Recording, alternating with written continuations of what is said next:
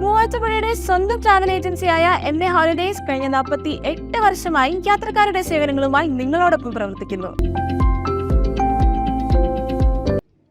Farm ടൂറിസത്തിന്റെ ആദ്യപടിയായി നേരിമംഗലം ജില്ലാ കൃഷിത്തോട്ടത്തിൽ നിർമ്മാണം പൂർത്തീകരിച്ച ഫാം കവാടത്തിന്റെ സമർപ്പണം നടന്നു.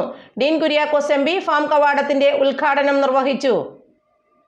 നേരിമംഗലം ഫാമിന്റെ വികസനത്തിന് കൂടുതൽ ആശ്വാസ പദ്ധതികൾ ഒരുക്കുമെന്ന് ഡീൻ കുര്യാക്കോസ് MP പറഞ്ഞു.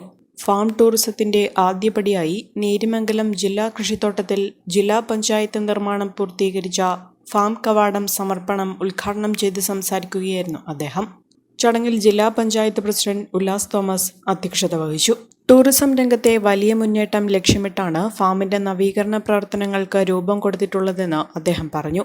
എറണാകുളം ജില്ലാ പഞ്ചായത്തിന്റെ 2022-23 വാർഷിക പദ്ധതി അനുസരിച്ചാണ് കവാടം പൂർത്തിയാക്കിയത്.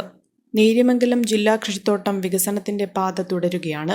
ഗുണമേന്മയുള്ള നടീൽ വസ്തുക്കൾ ഉൽപ്പാദിപ്പിക്കുന്നതിനു പുറമെ സംയോജിത കൃഷിരീതികളും ഫാം ടൂറിസത്തിന് ഊന്നൽ നൽകിയുള്ള പദ്ധതികളും ഇവിടെ നടപ്പിലാക്കി വരുന്നുണ്ട്.